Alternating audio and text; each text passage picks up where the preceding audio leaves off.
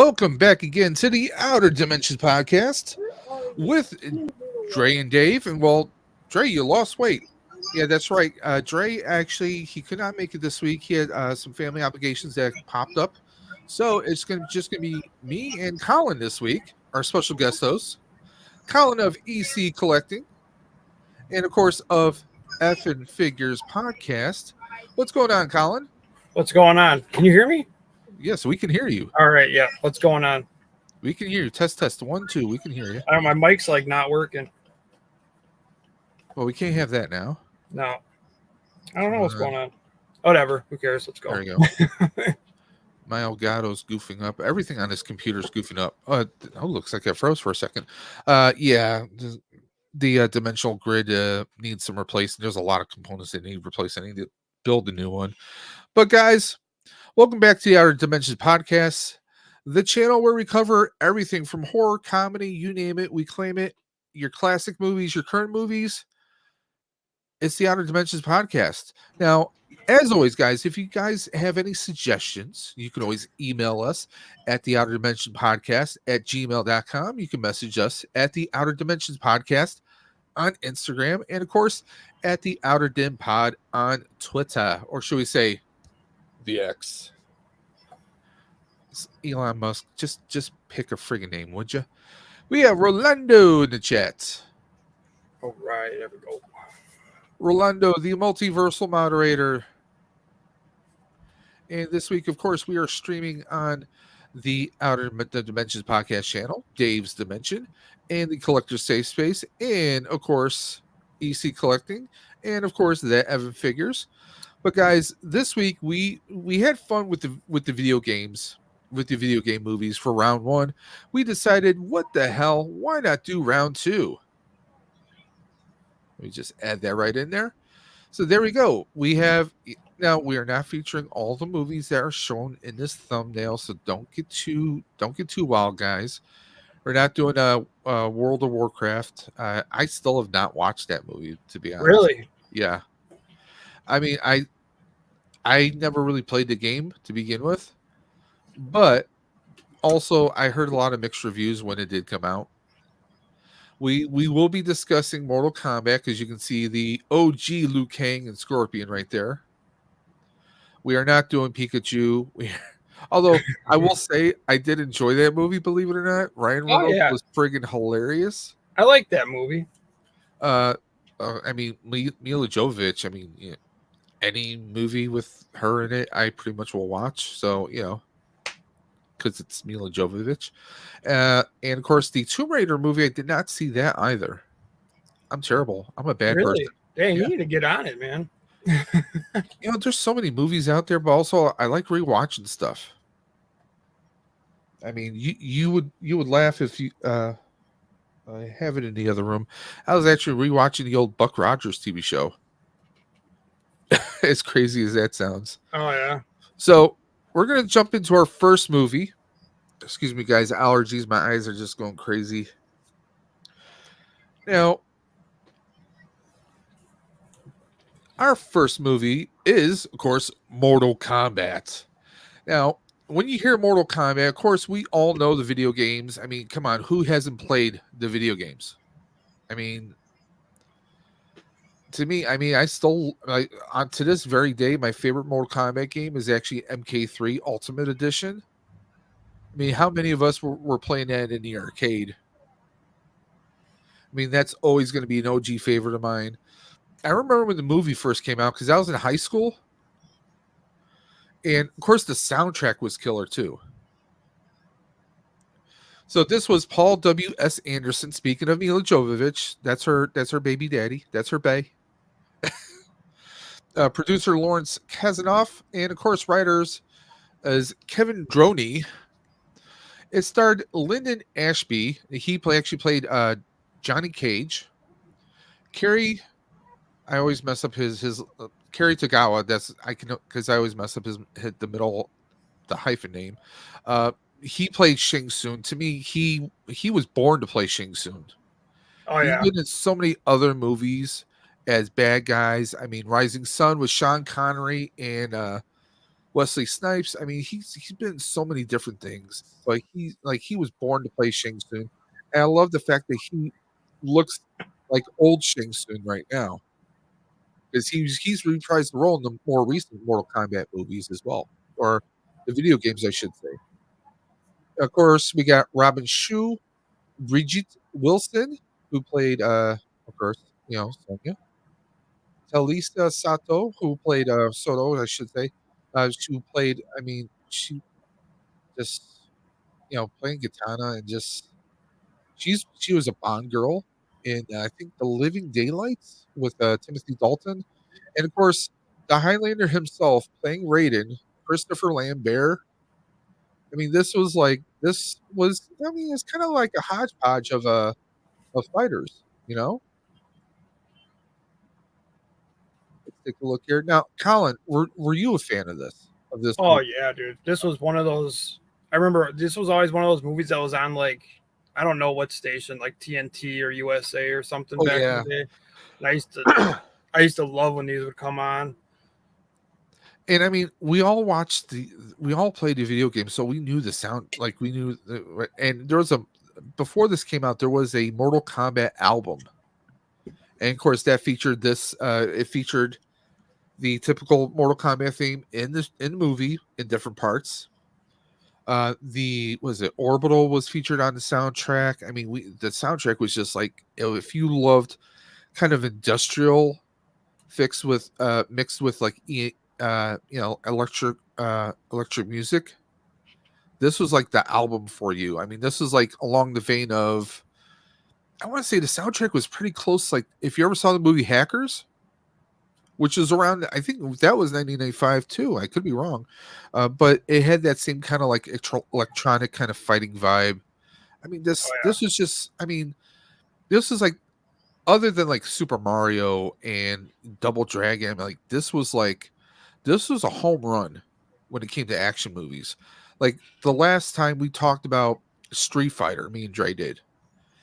And I mean, not for nothing. I mean, this made people forget about Street Fighter. This was like, it was, they took the story from the video game, they stuck to it 100%. I mean, they got for that time, they got the best people to play each of the parts. I think Robin Shaw was Liu Kang, and after this, of course he did Mortal Kombat 2, but the only other movie I remember seeing him in afterwards, and I'm not trying to be funny or anything, was Beverly Hills Ninja with Chris Farley. He played Chris Farley's brother, you know. But I mean, yeah. like Christopher Lambert playing Raiden, I thought it was pretty good. I didn't like. I wasn't a big fan of the actor who played, or I should say, I wasn't a big fan of the portrayal of the actor who did Raiden in part two. Because I mean, obviously, Christopher Lambert was like, "Well, I'm not doing it again. Come on, no." Because I mean, it's freaking Highlander. I mean, he can do whatever he wants, you know. Uh, but I mean, like some of the special effects, like Goro was just really, you could tell he was all puppet. He was all puppet. I mean, you can tell that. But I mean, like, I mean, for the most part, the fighting was good. I mean, yeah, does the special effects really hold up now? Nah, not really. I mean, especially like when you see the little spear with the rope coming out of Scorpion's hand. I mean, Sub Zero's special effects were pretty good. I mean, I think some of those would hold up today for the most part. There was even, I mean, this Mortal Kombat spun off. We had a sequel. We had some anime that came out. There was even a short-lived live action TV show that was loosely based on like an earlier time of Mortal Kombat, like one of the earlier ones with Kung Lao, before he had his disc head. And I you never know, watched that one. I watched it. It wasn't bad. You had oh god, what was her name? Christina Loken. Christiana Loken was in there. Oh man, don't get me started, man. Don't get me started. So IMDb gave this 5.8 out of 10, which I think is completely. I no. I mean, for 1995, this was an awesome, fun action movie. I mean, I Hey, don't know. How do you feel about it? It must have been pretty good because like there's movies that in at least in my house that like I've watched every year of my life, and Yes. this is on that list of movies. And Like this is one of those movies where you have to watch part 2 right away too, yeah, like I have probably because part actually 2 picks up right after this. yeah, You know, these have been movies that have been stuck with me every year of my life. So yeah, definitely that's a low score. yeah. I mean, that's a little sus, but also it depends on who actually votes and reports on IMDb. If you go to like teenagers and kids, obviously they're not going to be reporting on IMDb. So I think it has to do with the metrics on who they actually interview or who actually votes on it. Rotten Tomatoes gave it 47%. Again, I think that's a little, but also this was a movie that came out in 1995. Let's do the math. That is, oh, God, this is a really scary freaking idea. That is almost 30 years, Colin. Yep. We're at what? 2024 is going to be 29. So we're at 28 years old. It's a 28-year-old movie. That's unbelievable. How freaking scary is that, bro? That's crazy. How old do you feel? Right. I'm like, I remember seeing this in the movie theaters. I was in high school, Man, I don't know. I've never heard anybody tell me that this movie's not good. I mean, compared to like Double Dragon and Street Fighter, for like fighting action movies. I mean, this is like comparing those. Okay, we mentioned Street Fighter, we mentioned Double Dragon. Now you mentioned Mortal Kombat. Mortal Kombat would be like Oscar worthy compared to those. Right. Am I wrong? I mean, it's like it's one of those, like it was like a jazzed up version of like Bloodsport. I mean, Bloodsport's a classic. Don't get me wrong. And I know me and Dre are going to review that sometime in the near future. I mean, there's so many different action fighting movies, but to make one out of this is probably one of the best fighting, I guess, adaption of video games when it comes to a fighting video game. This is probably one of the best ones ever. With the exception of the more recent Mortal Kombat that came out, because that was pretty good. Oh, but I love that one. That one was amazing. I like how they're kind of etching its own mythology. They're taking kind of the core material and they're making a left turn with it a little bit, but not in a bad way. So, but I mean, for the time, 1995, this was like, I mean, the special effects, was the acting top notch? No.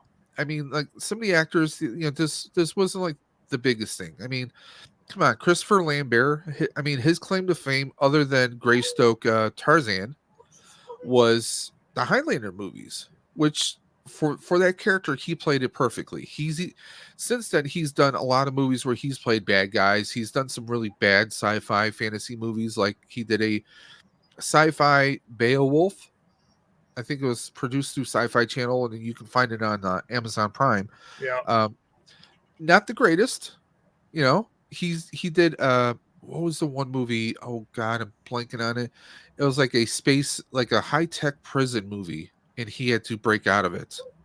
But like he's done like a lot of B and C movies. And honestly, out of him and Carrie, those are like the two best known people from here.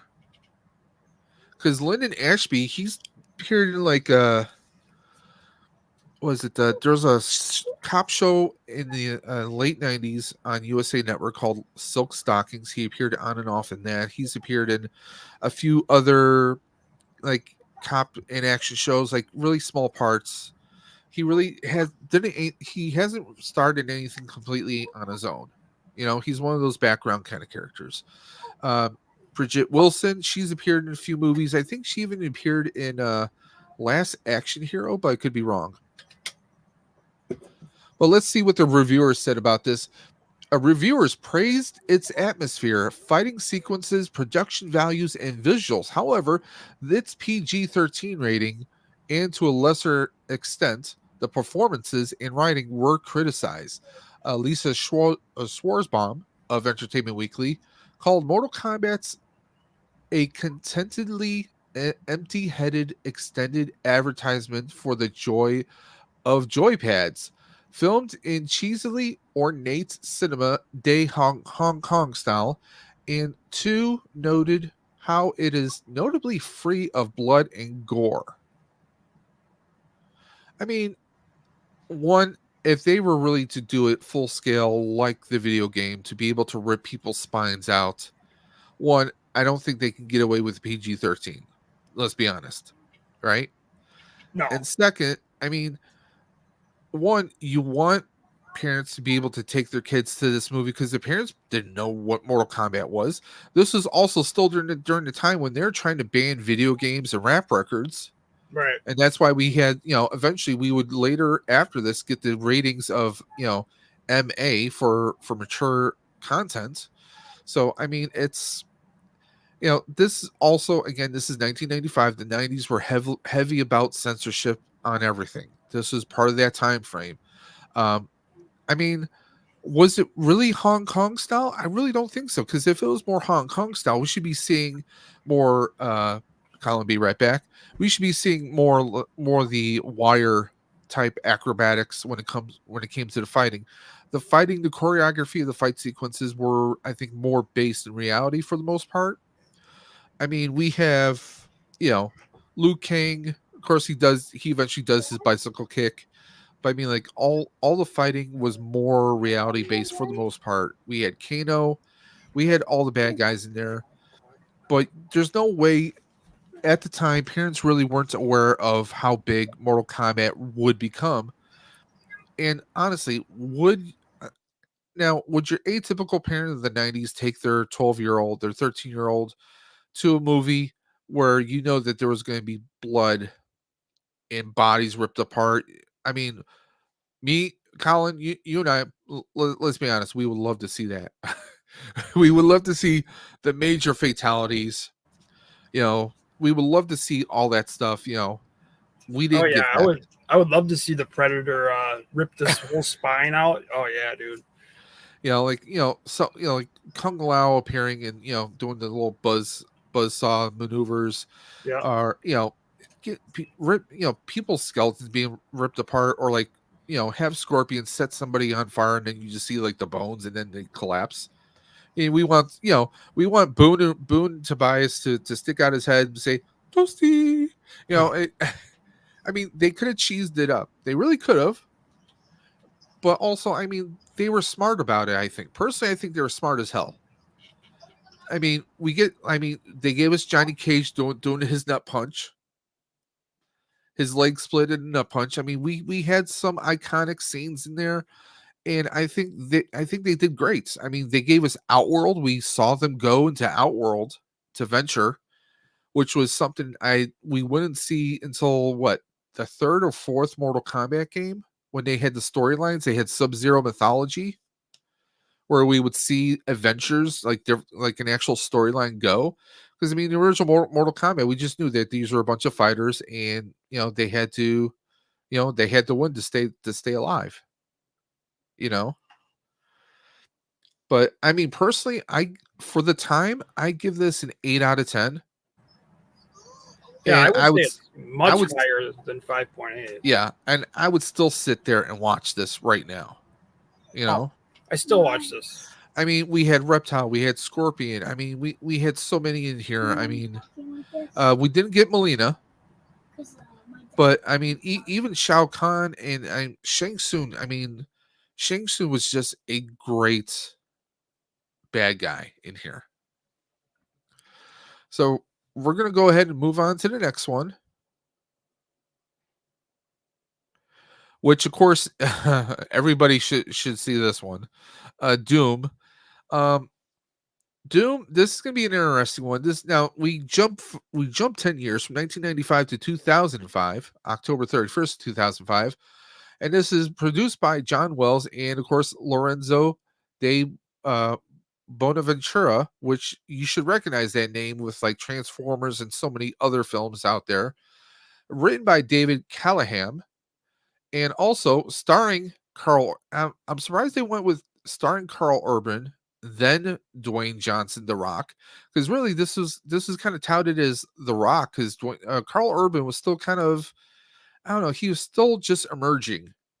Because I think before this, he really didn't appear in a whole lot of stuff, unless you count the Hercules and Xena TV show filmed in New Zealand. Uh, he was a regular actor on those shows, but he kept playing different characters. So he was still kind of up and coming. This was before the Star Trek movies. I think this might have been just around this time of Star Trek. So this was like when he was just bursting out.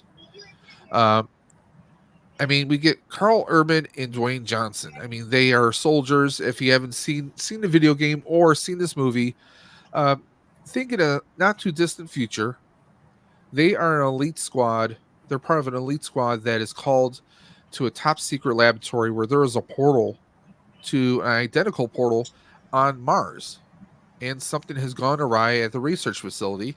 I mean, it's your atypical video game setup, or it's your atypical Resident Evil Aliens type setup right there. I mean, I can't think of anyone who's played a video game that has not heard of Doom. I mean, in one shape or another, everyone's heard of Doom. If you haven't played it, you've at least heard of it. I mean, it's right up there with Diablo, with Wolfenstein. I mean, this is video game royalty. Yeah, this used to be a big one, Oh yeah, I mean, I remember there were people making people like in the earliest days when these games first came out. People were modifying these games. It was like Quake, Diablo, and Doom were like the big ones that they would modify. Like if you wanted to have a Predator in Doom, you could do that. There's a lot of people who made custom levels, and this was a big thing. The budget was $70 million. Box office, it only made $59 million. So yeah, it did not make its money back, but I would say probably in DVD sales, it probably did. Because we just had the box office here, and these are U.S. box offices. I mean, the thing was also, I think this was a little bit before. This might have been before Resident Evil. So I mean, is it fair to say they really weren't doing a whole lot of marketing on this, if I recall correctly, And The Rock this is like, I think The Rock's maybe third film or something like that. Yeah, this was early for him. Yeah, this was pretty early on for him. Of course, let me just move us off to the side so I can read the little notes here. Based on video game of franchise by ID Software, of course. So let's get back over. I was always a Quake person, so I never really got into Doom. Yeah, I mean, I go back to like the Wolfenstein days. I mean, honestly, like I wish a lot of the games from the 90s and early 2000s were still playable. Oh, yeah. Because I used to love all the LucasArts games myself. Okay, so again, IMDb records 5.2. I will say that this is probably a little bit more justified than Mortal Kombat. Yeah. This movie didn't do it for me, really. Like, I don't know. I think, although honestly, I would have loved if they gave us a little bit more of an extended intro into Carl Urban's character of Reaper. If they would have give us a glimpse to what happened to the parents originally years ago, give us a little bit more substance to the story.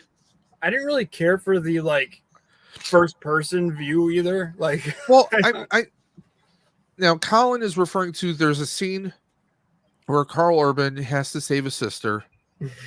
And he, obviously he's got to fight his way through this facility that's filled with all these creatures, without spoiling it for you. And what they do is they strategically did this setup so that you can go from where he is, where you see him, to being the first person with the gun, because that was the homage, that was kind of the throwback to those who were fans of Doom. That was the video game. It was giving you the point of view that you had in the video game, and that's why they did that. But if you didn't play the game, you definitely would not get it, and you definitely, well, for the most part, probably wouldn't appreciate that. Just like Colin said, you were a Quake person. You never really played Doom, so I mean, something like that, a scene like that gets wasted on someone who doesn't know the franchise, who doesn't know the content. So yeah, it misses its mark. You know, that's why I think like if they would have gave us a little bit more story in the beginning. Hey, we got Mega Demon Collects in the chat. Oh, what's up, Thank buddy? you for popping in, Mega Demon. We're talking video game movies again, round two. But yeah, I think anyone who's the uninitiated, maybe give them a little bit more background story, you know, because otherwise, this movie plays like a higher production value of a Sci-Fi Channel Saturday night movie. Let's be Yeah. honest. Okay. I would love to see a new Doom movie. Yeah, I would love like if they give did us a remake. I mean, let's be honest. They could easily do a remake right now. Because I mean, hell, was it not Sci-Fi, but Peacock, which is Universal and which is the owners of Sci-Fi Channel, they're remaking Battlestar Galactica again, a new show, and that show premiered in the early 2000s, early to mid, I think mid to late 2000s actually. Isn't there So I mean, multiple shows too? yes, yeah. Yeah. There was one in the 70s, and then there was one in the early 80s called Galactica 1980s. And then, of course, they did the recent one, which was like early 2000s, and that one to me is a friggin' masterpiece of a show. Is it? It took the sci-fi genre, flipped it, turned it, reversed it, and instead of like having like, okay, this is a story for one episode, this is a story for one episode, they turned it into like one big long mini series over the course of 4 or 5 seasons. And I mean, they had Edward James Olmos on there. They had so many great actors in there, and you're trying to guess who is a good guy and who's a bad guy, and it kept you friggin' guessing the entire time. You're like, where the hell is this? This is so weird and insane. Where is this going? And it would sink you in.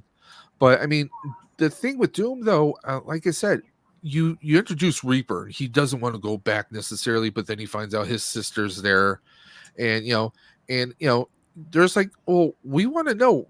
As a person, I'm kind of like, well, I want to know. I want to see, well, what was so bad that Reaper goes and becomes a soldier. And he's nicknamed Reaper obviously because his real last name is Grimm.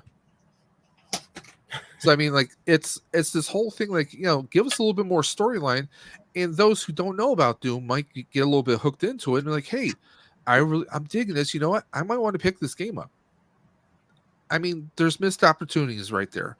I mean, if they do, I would get with the video game company to see when they are launching the next game, because people, if you launch a game right around the time that the movie's coming out, even if they're not associated with each other, there's going to be like, oh, the name recognition. Oh, there's this. Hey, maybe I'll pick up the game. It can cross promote each other. And in this day and age, I think that's going to be a necessity, especially with how movies are doing in the theaters right now. The fact that you put a movie theater out there, and within roughly about 2 months and change, you're going to be getting it on streaming services. So, I mean, they're going to want to do something, I definitely agree with you that they could definitely do this, do a remake. Special effects, they hold up for the most part. Again, they kind of hold up, but I think in a movie like this, we should have more practical effects. Yeah. I mean, we see a certain character, not mentioning names, we see that character get infected and slowly mutate in front of our eyes, and it's kind of bad CGI. I mean, some of the fight sequences towards the end, Dwayne Johnson, and obviously he's doing a lot of his wrestling moves. This is before he really struck it big. I mean, this is probably around the time frame of maybe, I would say Walking Tall / this is probably after Walking Tall, because he looked like he bulked up a little bit more. And God, what's the other movie I'm thinking of? Like his Scorpion King movies. So I mean, it's around that time frame. To me, I mean, Carl Urban was definitely, there could have been a little bit more substance, a little bit more acting. I mean, he's a better actor now. Oh, I mean, I love frig- Carl Urban now. friggin' Billy Butcher and and Judge Dredd. I mean, I even liked him in Red with Bruce Willis, Morgan Freeman. Um, so let's take a look at this. Rotten Tomatoes only 18%.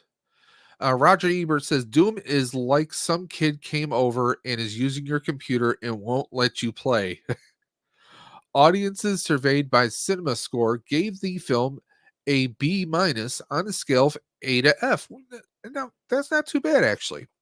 Richard James Havis of The Hollywood Reporter wrote, plot, character development, and dialogue are so sparse that the screenwriters are fortunate that they're not paid by the word.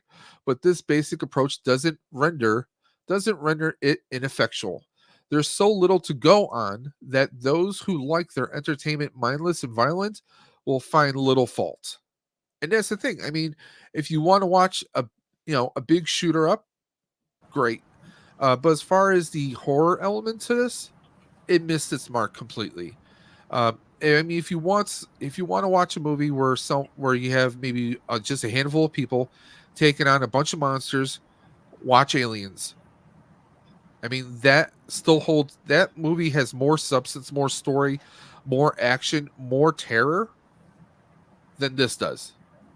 You know what I've always really wanted to see is a Dead Space movie. Nice, yeah. You know, I oh my thought god. I think that there was a Dead Space, but I think it was like an all CGI style movie, like Yeah, I know CGI they've animation. got like an animated one, yeah. Yeah.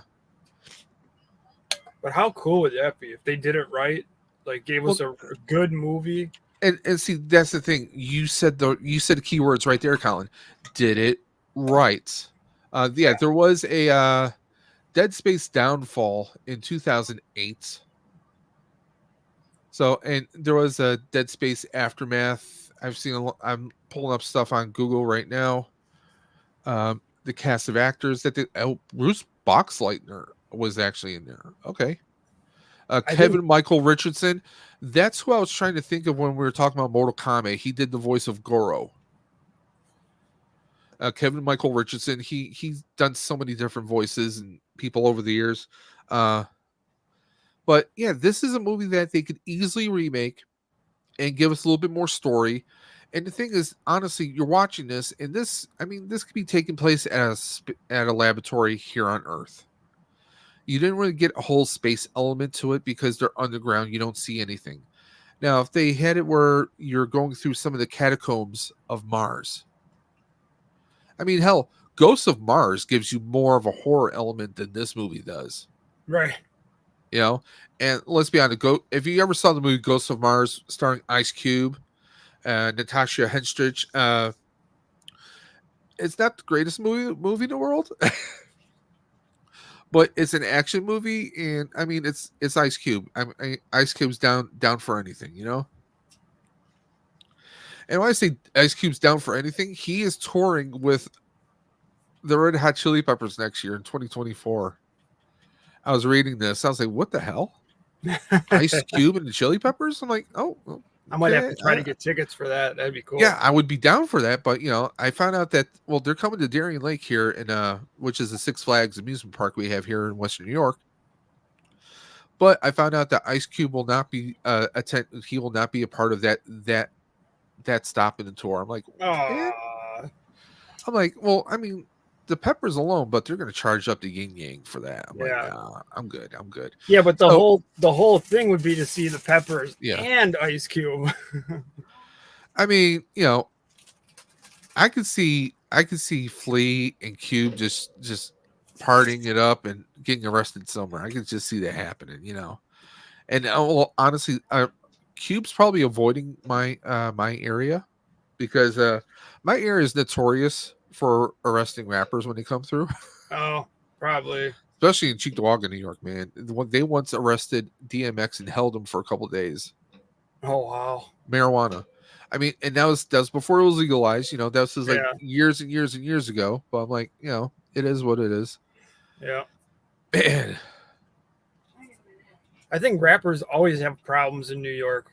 Yeah, but I'll be honest, the Cheektowaga area of New York, let's just say they're a little bit of they're known for profiling people, and that's all I'll say about that.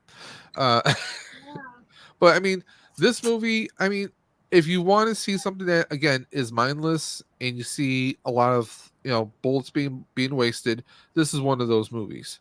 We do see the BFG, the big friggin' gun. Well, they call it the big friggin' gun, but you guys know we call it the big fucking gun. Let's be honest. We do get to see that. Um, Again, the CGIs were cranked up to 11. It still better CGI than Batman meets Supergirl. Um, I mean, all these movies have way better CGI than the Flash movie that came out this past year, and I still refuse to call it the Flash. Um, but again, the actors are wasted because I've seen Dwayne Johnson act better in so many different movies. I think to this day, I would say Dwayne Johnson's best movie as far as acting. Um, I kind of have to go with Walking Tall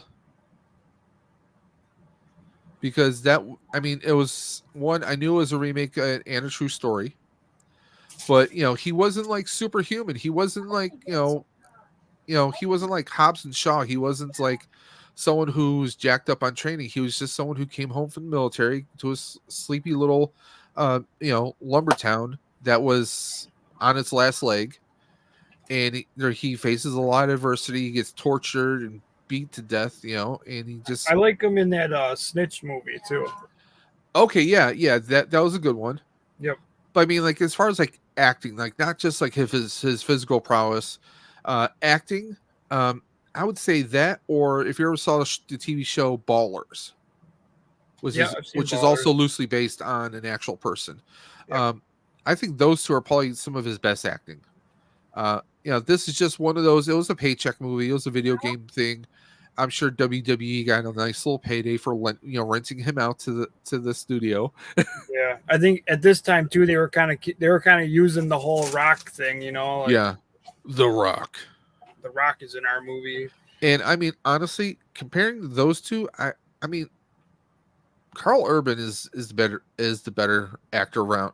I mean, when it comes to action, when it comes to just acting himself, Carl Urban's still the best to me. Oh, he was awesome in Dredd. I love him in Dredd. I mean, he was perfect in Dredd, and Dredd is a good example of doing and taking source material and adapting it correctly. Because why? And yes, we are getting off subject, but this is the Outer Dimension podcast. We do this on a regular basis, son. Dredd did not take off his friggin' helmet throughout the entire movie. No. That was Dredd. Okay. That's an example of source material. And you didn't see him like getting like emotional. He was just, I'm Dredd. He's like he's stapling himself together and duct taping and just he's patching himself. I mean, hell, I would love to see you make me a video game where we can have Dredd, like like a Mortal Kombat style game. Give me Dredd versus Rambo. Hell, Dredd versus Chuck Norris. That might be a badass fight right there. I don't know.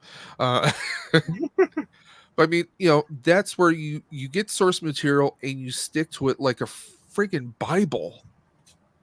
But you bring these images from CGI into a full 3D into a live action, and that's textbook right there. I think Dredd was great because you had amazing actors. You had, of course, Carl Urban, Lena Headey, friggin' what's her name from Game of Thrones, and I mean, she's an amazing villain in there.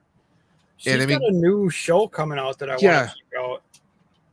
But the thing that freaked me out about that one was, I mean, they have a drug and it's being used by inhalers. What? Right. I mean, I was like, okay, that's different. But I mean, Doom is still something like once in a while I will sit and watch.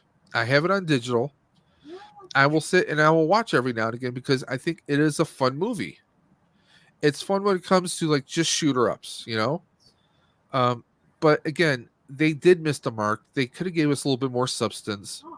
Doom was a little DOA, but it has its fun moments. Like You get like the one guy Priest. I mean, they have some very likable, some good actors when it comes to action movies in here, but some of them are just kind of wasted. You get like Pinky, the guy who's kind of a like robotic wheelchair with the upper torso. You get a few people who are almost comic relief, and some people was a Parkman who you're just rooting to just get killed and die as soon as possible.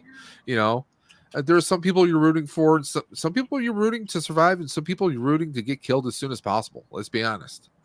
Um, but I mean, that's it. I mean, they could have gave us it could have been a longer movie, but that would give us more substance to it. Not just try and make it 100% like the video game. So we're gonna move on to our next one. Now this one, we're going spooky with this one. This is more suspenseful. A Silent Hill out of 2006, so a year after our previous film.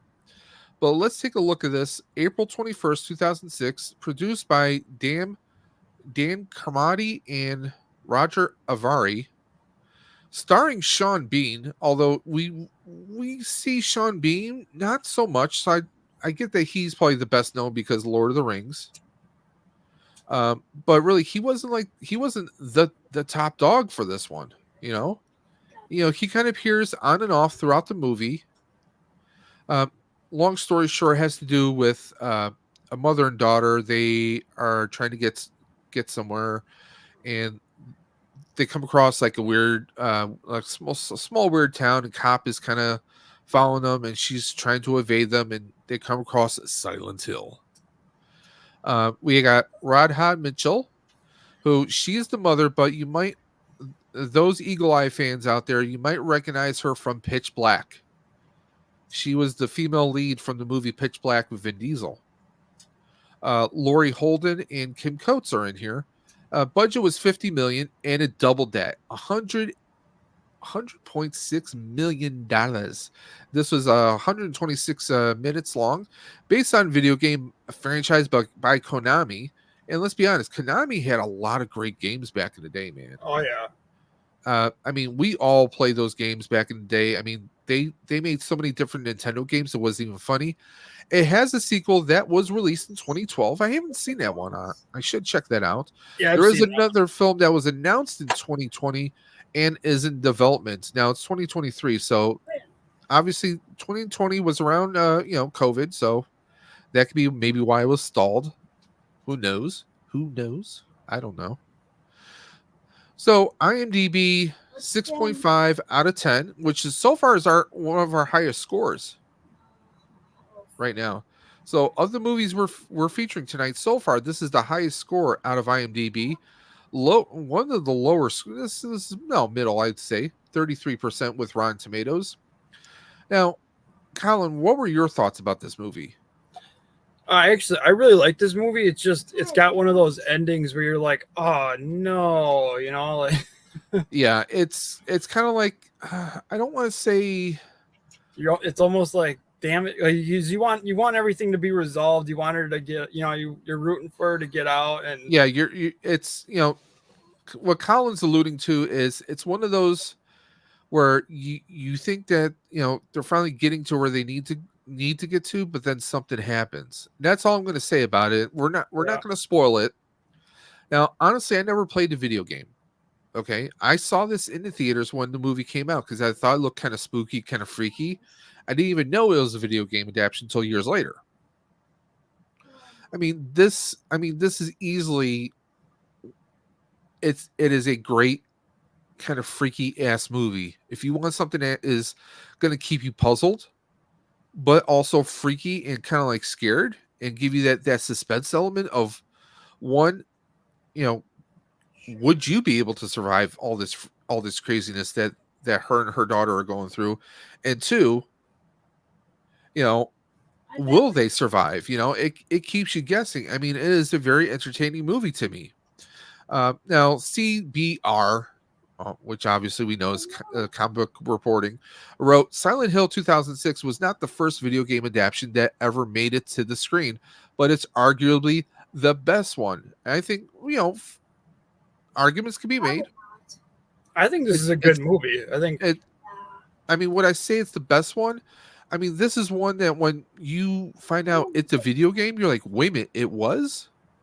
Because it makes you want to go back and be able to find it digitally and play it for yourself now. You know?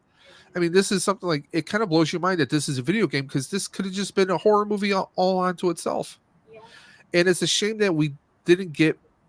I mean, it made double its money. They should have, okay, we need to accelerate a sequel and get the sequel out as soon as possible. We should be expanding onto it. I mean, hell, they could have adapted this into a TV show. Tell me I'm wrong with that. I mean, come on. I would love to see something like that. I But- think it'd be a good series because there's Yeah. so much mystery and I mean, hell, they got a friggin' Chucky series. yeah. I think this would work good as a series, honestly. I mean, you could do Silent Hill as a series, and each season it could be like a different family or a different person that stumbles across Silent Hill.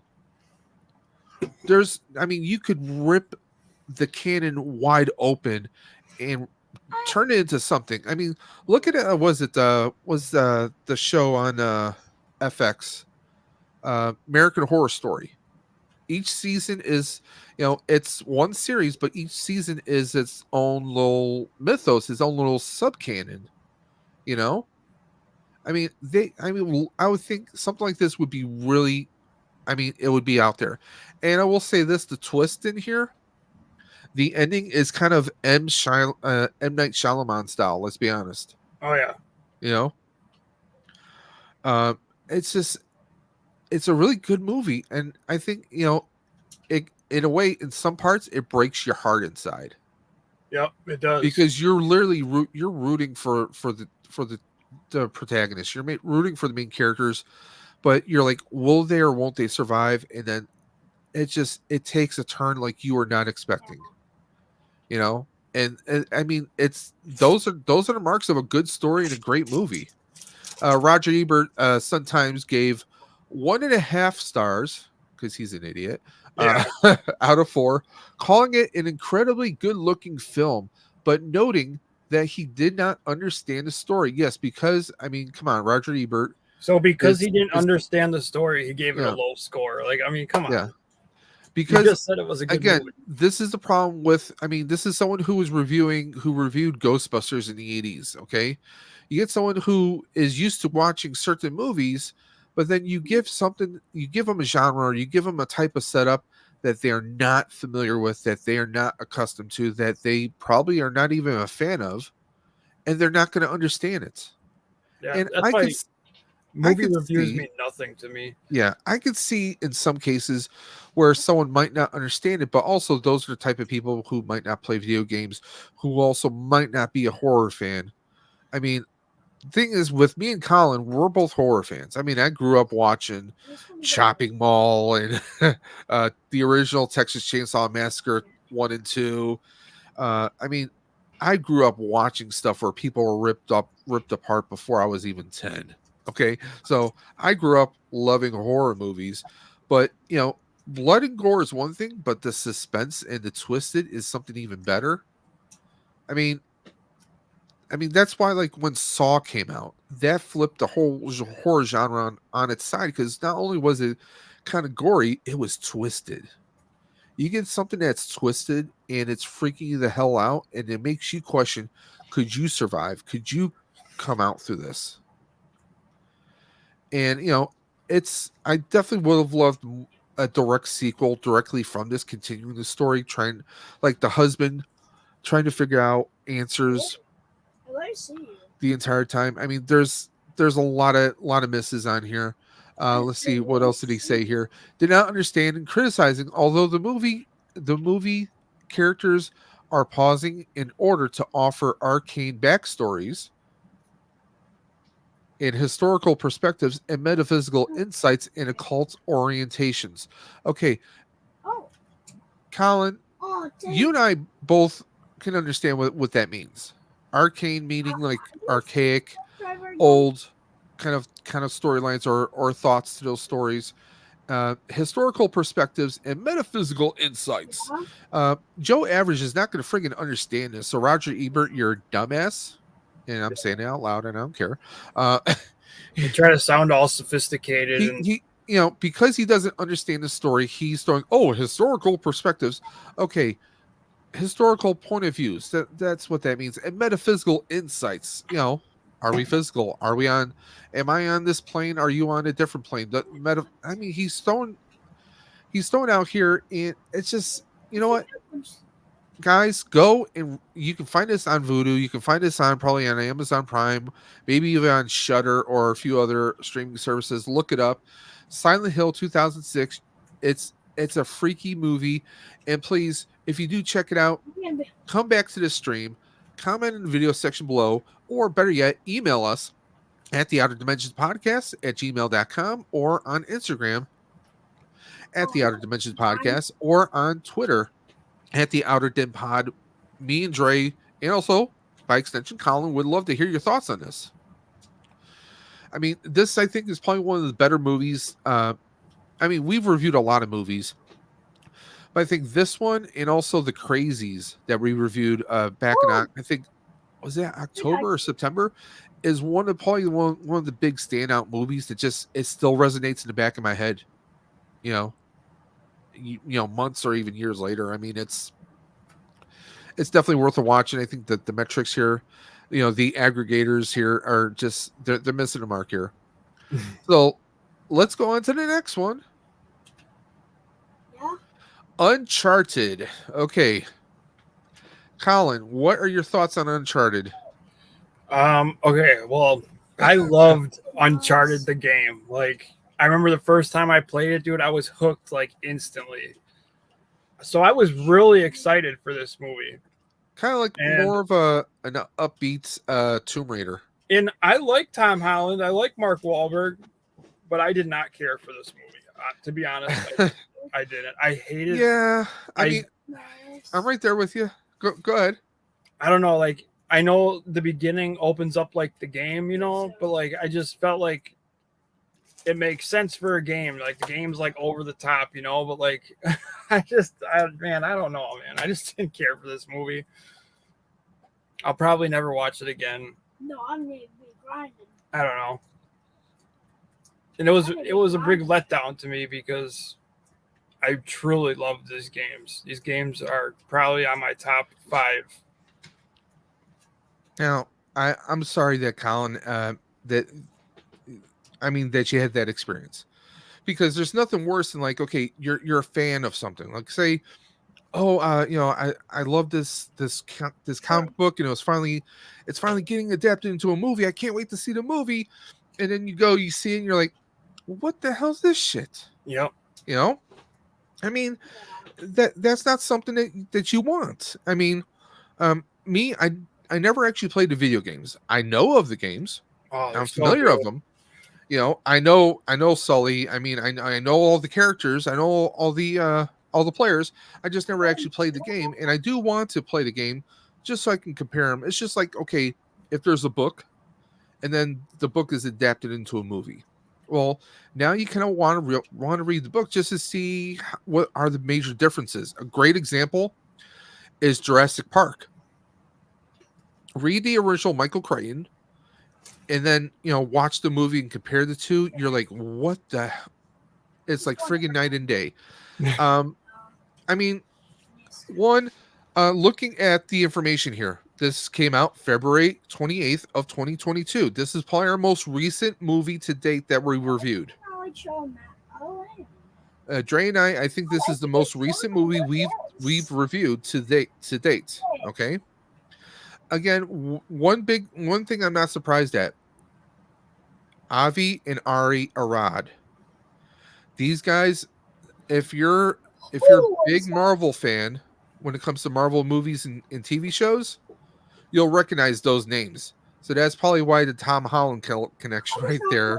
They probably pitched it and he jumped on it because maybe most likely Tom was probably a fan of the video game, to be honest. I mean, he's in his 20s. Charles Roven also produced it, written by Mark D. Walker, starring Tom Holland, Mark Wahlberg, Antonio Banderas. I'm sorry, I always have to say it like that because it's Antonio Banderas.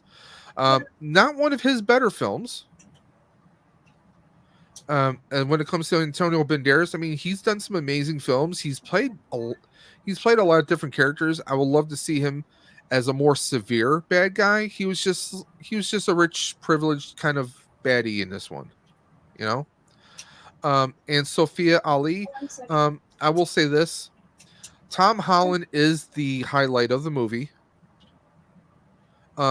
He plays like he's playing like a he does play the Peter Parker kind of character somewhat, you know, because how can you not look at him and hear his voice and not think of Peter Parker? You know, I mean, the MCU version of Peter Parker, just a little bit more growed up, but also as if he didn't lose his family and his entire world. Because the movie starts out, he's kind of playing like him and his brothers him and his brother were kind of like orphaned, bounced around, and his brother was always trying to get the next big score, and his brother has to disappear. Fast forward, and Tom Holland is a bartender at a rich club, but he's also pretty fast when it comes to pickpocketing people, and he's got the moves for the ladies. He can smooth talking with his he's got like a photographic memory, and obviously he's hoping to someday find his brother, that kind of deal. Mark Wahlberg played himself in this movie. He played like maybe a little bit more hardened version of the character he played in The Italian Job. That was kind of the vibe I was getting from here. Was like it was kind of like him from The Italian Job, Oh, but as if he went like he lost everything in his world. I'll get That's kind of the character I was getting from him, because I mean, he's obviously a planner. He obviously doesn't trust people, you know. But it's also Mark Wahlberg, so he's got that Mark Wahlberg kind of flair where he kind of like he rambles on a little bit, or he says some really weird, outrageous stuff. But that's Mark Wahlberg. Let's be honest. Um, it missed its mark, because Mark Wahlberg can play some good characters. He was great in The Italian Job. I actually liked him in what was that? Max Payne. I liked him in Max Payne, and I also liked him a lot in Four Brothers. Those are three favorites of mine with Mark Wahlberg in them. Everything else kind of just a lot of other stuff just misses the mark. It felt like it was trying to be Indiana Jones meets the Goonies. It felt like it was trying to be like a male version of Tomb Raider. You know, it just felt like it was it missed its mark. Everything it was trying to achieve, it misses its mark. This is currently on Netflix. I mean, this movie practically went straight to Netflix almost. You know, um, is it a fun movie?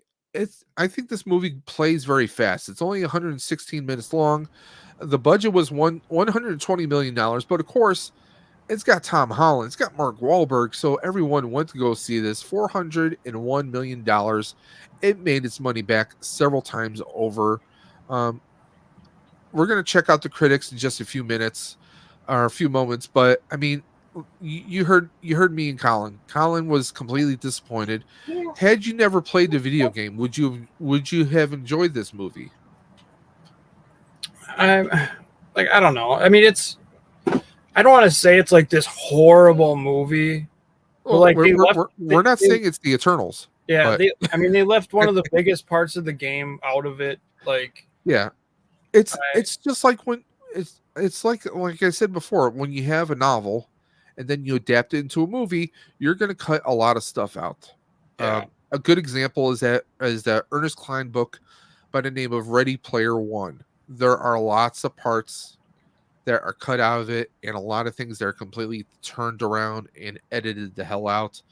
And this is it's one of those times when you have the content. And you heard from Colin; he's an avid fan of the games, and they cut out stuff here. I mean, you heard me say that this felt like Indiana Jones meets the Goonies, because Tom Holland is the one who's kind of problem solving some of the puzzles here. Or a better one would be National Treasure meets Goonies, because it involves gold, it involves some pirate ships, and trying to get them. You'll get the Goonies reference towards the end. but I mean, it definitely felt like it missed something here. It missed a lot of something. Yeah. They probably, I mean, honestly, I think they could have, who knows if there's a director's cut out there, maybe that's the part you were missing is in there. This movie just felt like it was missing something, missing some kind of substance. Some of the characters are very likable. Like, I mean, you could see, Mark Wahlberg is obviously becoming the surrogate brother to Tom Holland. And by the way, if anyone out there does watch this, there's a mid-credit scene, guys. Don't miss out. Actually, there's two mid-credit scenes actually. Are they doing a sequel to this?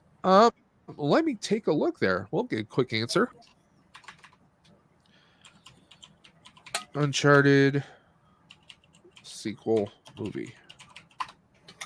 Okay, Uncharted 2 has yet to be confirmed, so there isn't a release date to share development on the sequel, assuming there was some behind-the-scenes business to take care of, was likely affected by the strikes in Hollywood.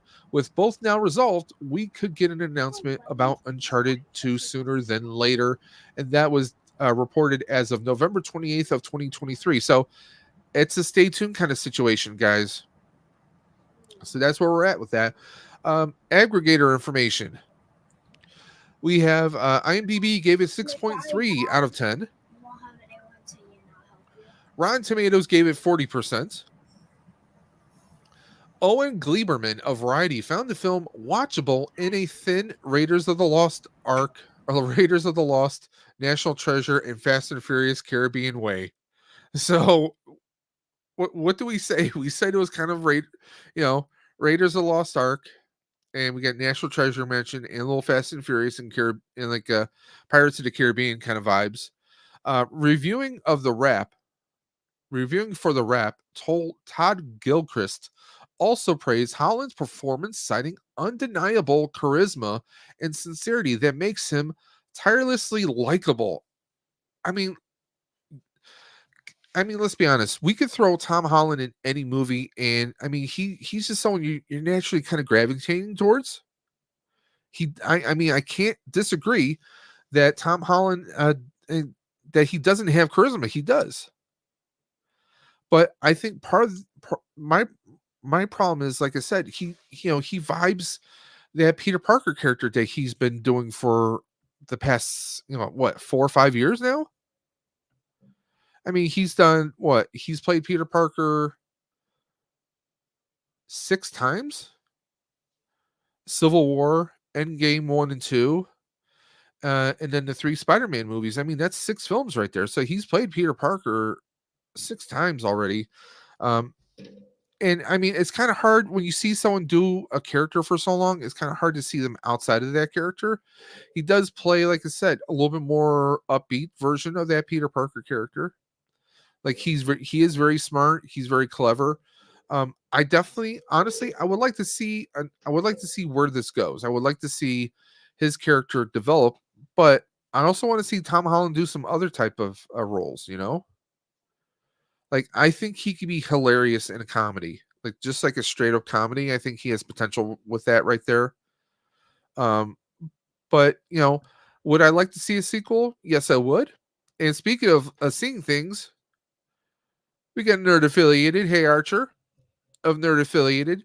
And if you guys, anyone who's watching or listening to this podcast, if you love movies, you love entertainment news, definitely check out Nerd Affiliated on YouTube. And you can also find him on Kick.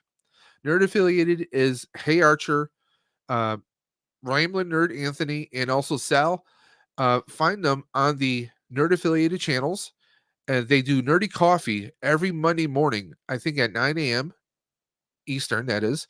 And also, he does a Thursday night show of Nerd Affiliated at 7 p.m. Eastern on the YouTube and Kick channel. So please go ahead and check them out and support them. They're an amazing group of guys, and they do some amazing, great entertainment content, especially now that the strike is over. I don't know about you, but like YouTube hasn't been giving me my notifications. Yeah, trust me, that's been annoying the hell out of me. Like, seriously. In fact, this past Monday, I got my email about Kick for nerd affiliated going live with Morning Coffee, but YouTube did not send me the notifications. But also, I'm not getting notifications on a lot of other subscribers that I follow. So Yep. YouTube's definitely been YouTubing lately. So they're on some stuff. They definitely are. Yeah, I'm getting tired of it. Like, Well, let's just ask Archer since he's in the chat. Archer, what did you think of Uncharted? Did you enjoy it, or was it just kind of like, I have an hour and a half to kill? I'm curious.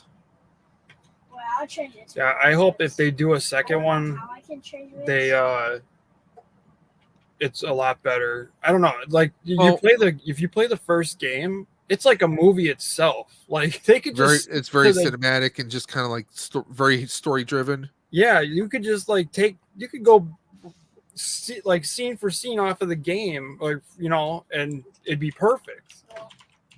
I don't know. That's just me though. Okay, I'm just checking out something here. Let's see here. I'm just pulling up Uncharted on Wikipedia here because I want to see who might have been some of the people behind it. Sony. Okay, I see why. I see why they got Tom Holland in there. It was a Sony game originally, so obviously that's part of it right there. I want to see if they showed developers, but I'm not seeing who actually wrote it. I was trying to see if it was a different person who wrote it, because I mean, it's like, hey, take a book, like say if I took Ready Player One, written by Ernest Cline, and I decided to write my own version of it. No, I mean that's like asking someone, hey, yeah, I want you to here, this is the Bible. I want you to write your own version of it. It's like you're gonna get distortions. It's what they used to call, and I don't mean any offense by this. Some people years ago used to call it Chinese whispers, where you tell a story. I tell a story to Colin. Colin tells a story to Dre. Dre tells a story to his kids, and then they tell stories to other people.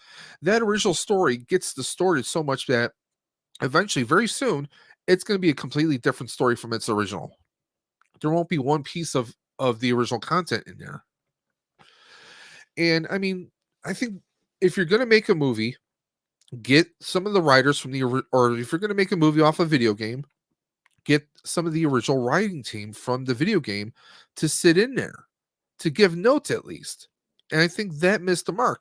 And like I said, Avi and Ari Arad, they've made anything Marvel related in the past 20 or 30 years, as far as TV shows, they've had their hands in. There was a syndicated show back in the late 90s, early 2000s called Mutant X. It had nothing to do with the actual X-Men universe itself. It was like its own original thing, but it had to do with mutants and governments trying to hunt the mutants down and such.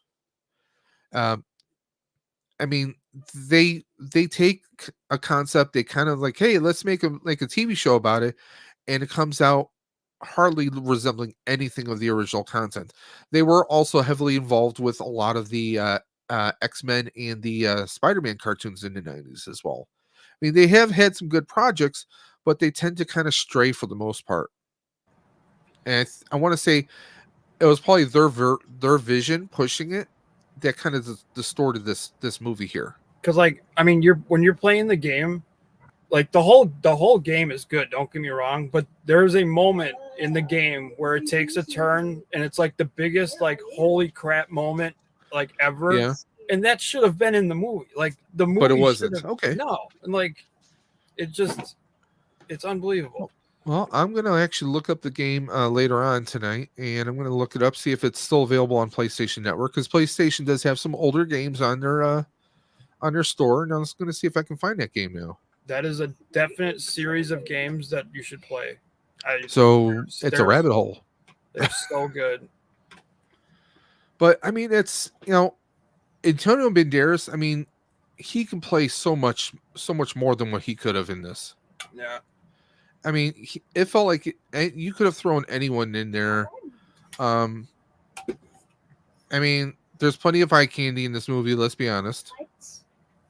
That doesn't make sense. No matter which way you swing, there's plenty of eye candy around. But I mean, like Mark Wahlberg obviously is supposed to be the comic relief in this. you know.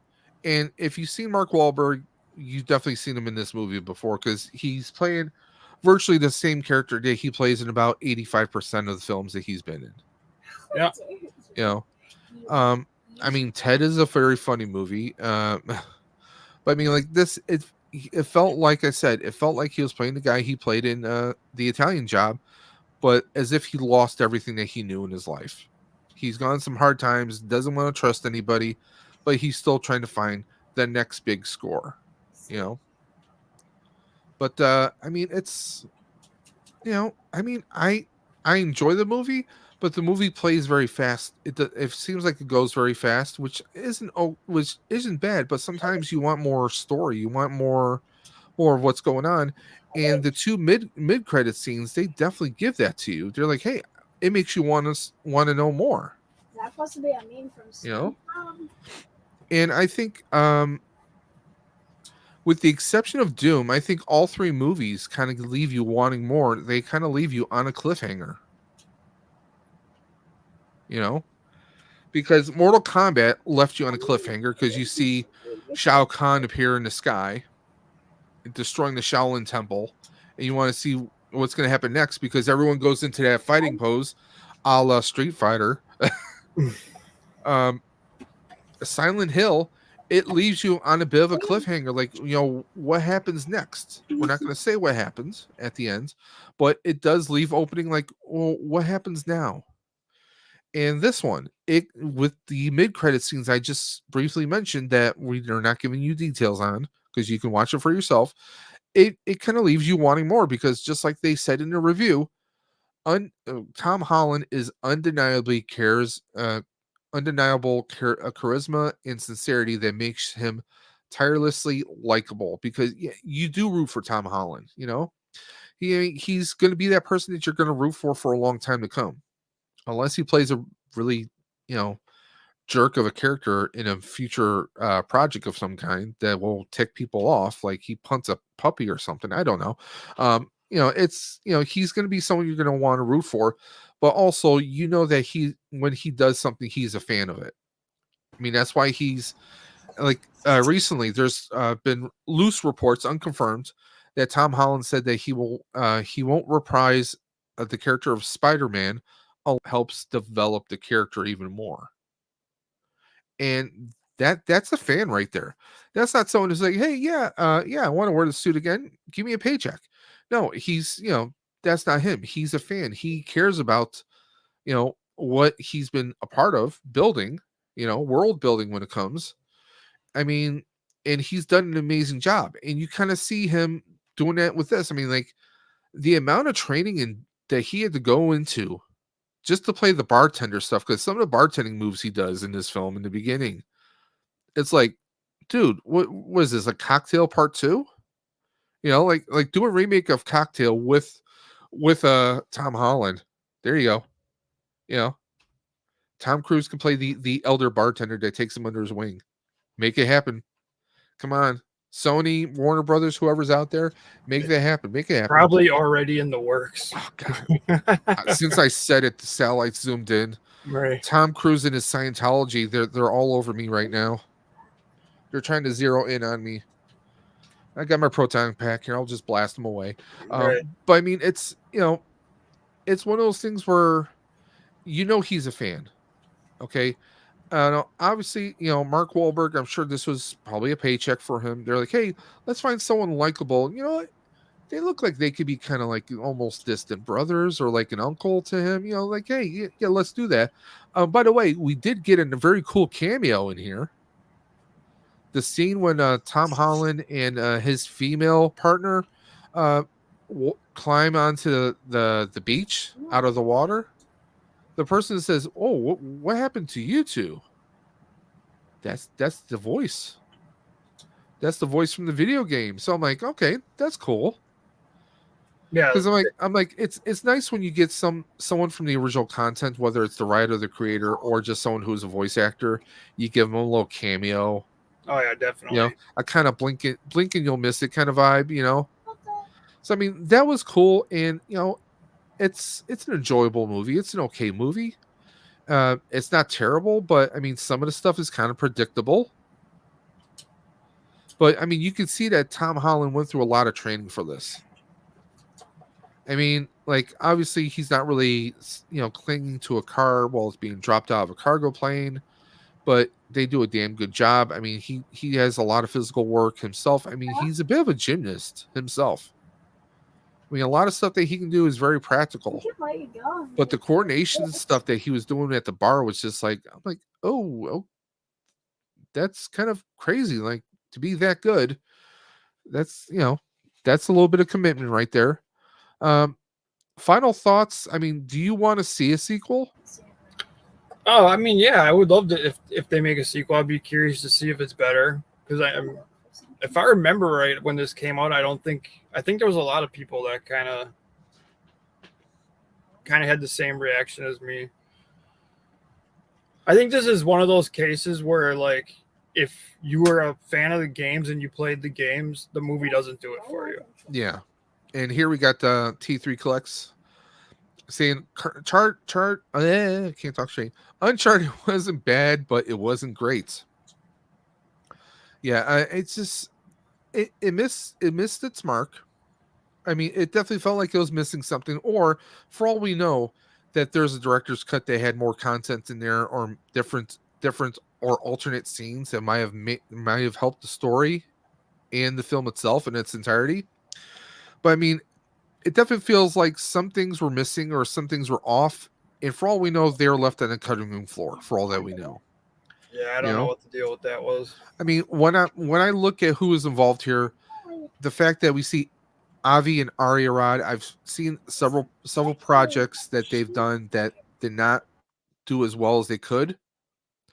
So that makes me think that they might have been the linchpins, or they might have been the X factor in this to maybe sink Uncharted. So, but hey, I guess we will see what the future has and hold. But those are our movies. That's all we have. So I want to thank Colin for there you are, Colin. I want to thank Colin from EC Collecting and of course F and Figures podcast for coming through and subbing in for Dre today.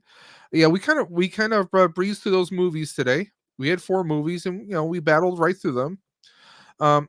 Honestly, I still think Mortal Kombat, the OG, the original 1995 is a fun movie to watch. In fact, I'm going to look for it tonight so I can watch it again. I mean, is it the greatest? No. But what movie is? Name one movie that's perfectly flawless from. And Mortal Kombat is a classic, man. It's a classic. Classic. Doom. If you want to waste some time, you just want to see something that's mindless and doesn't quite make 100% sense. There you go. That's one of those. If it's on, or if I see it on one of like the streaming services, I might I'll click on it. I might throw it on. But I mean, definitely, like Colin said, I think it's ripe for a remake. Yeah. It's ripe for a remake. I know that there's been an animated version of it, a CGI version, but I mean, come on, it's 2023, going on 24. Let's give some new life. Let's do it right. Take our time, do it right. Get some of the original developers or some of the original writers for Doom and bring them in. And I mean, you have to include stuff that both someone who is uninitiated, who doesn't know Doom, stuff that they will appreciate. Give them a little bit more story, a little bit more background, and they'll enjoy it. And maybe don't do the first person perspective in the way that it was in video game. Like Colin never played a video game, so it was lost on him. You have to try to appease everyone. You're not going to please everyone, but you have to at least try. Silent Hill, I think, I'd probably say that's the best movie out of all the movies tonight. Although I love Mortal Kombat, like I said, but the factor that Silent Hill, if you didn't know it was a video game movie, now you know. It's one of those that you wouldn't necessarily know that it was a video game until you're told it is. So, but yeah, guys, several of these movies are ripe for remakes or a sequel. So, will they happen? Well, who knows? Obviously, I mean, 20 years later, they probably have to restart Silent Hill all over again, but you never know. Colin, what do you have going on in your channel? Just my toy hunts and reviews. I'll probably have No special goodies? no. I put out what I do. I put out my toy hunt on Monday. I'll have 2 reviews out. One on Friday, one on Saturday, Okay. and I probably have an unboxing at sometime this week. Now, also, Dre of the Outer Dimension or the Outer Dimension podcast, also the Collector Safe Space, he just released a video earlier this afternoon. He's been doing some retro videos of past figures and items he's collected and kind of giving them a nice little updated review. He reviewed a very cool Borderland figure by McFarlane. And you guys should definitely check that out. All you have to do is go to the Collector's Safe Space on YouTube, and you'll check out his videos. He's got some great retro videos there and some amazing content coming through. He's got some guests coming up very soon, so please go and check out his channel. And of course, Dave's Dimension. I just released a new video. I did have some audio issues, so there's a little bit of an echo on that, but I got a 1/6 scale Doctor Who figure. What I did was I took some of my unopened collectibles, took them in to a local shop, did some trading, got some credit, and went and got myself a 1/6 scale 10th Doctor from Doctor Who, played by David Tennant, a big favorite of mine. Go ahead and check out that video, and I have a lot more unboxes coming through. I got a ton of, you see that shelf right there, right? I got like 2 shelves of G.I. Joe stuff that I need to rip open. And one of them, courtesy of Dre got me the Cobra Trouble Bubble, the Viper one, for the Viper Island one. So I'm looking forward to that one. Got a lot coming through, guys. But also going to be trying to branch out into a few video game streams. Who knows? If I can get Uncharted on PlayStation, maybe I'll do a stream very soon. So, but I once again want to thank everyone for checking out the Outer Dimensions podcast, usually with Dave and Dre. As I said, Dre had some family business to take care of today, so he will be back in action, of course, next week.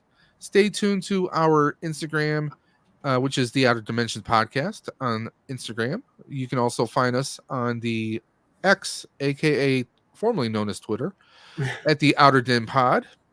And of course, find us. You can always message us directly at the Outer Dimensions podcast at gmail.com. But until next time, this is Dave from Dave's Dimension and Colin from EC Collecting and FM Figures Podcast saying, be safe, be well, and like I always tell Dre, watch your head on the portal out to the dimension. Catch you later, guys. Later, everybody.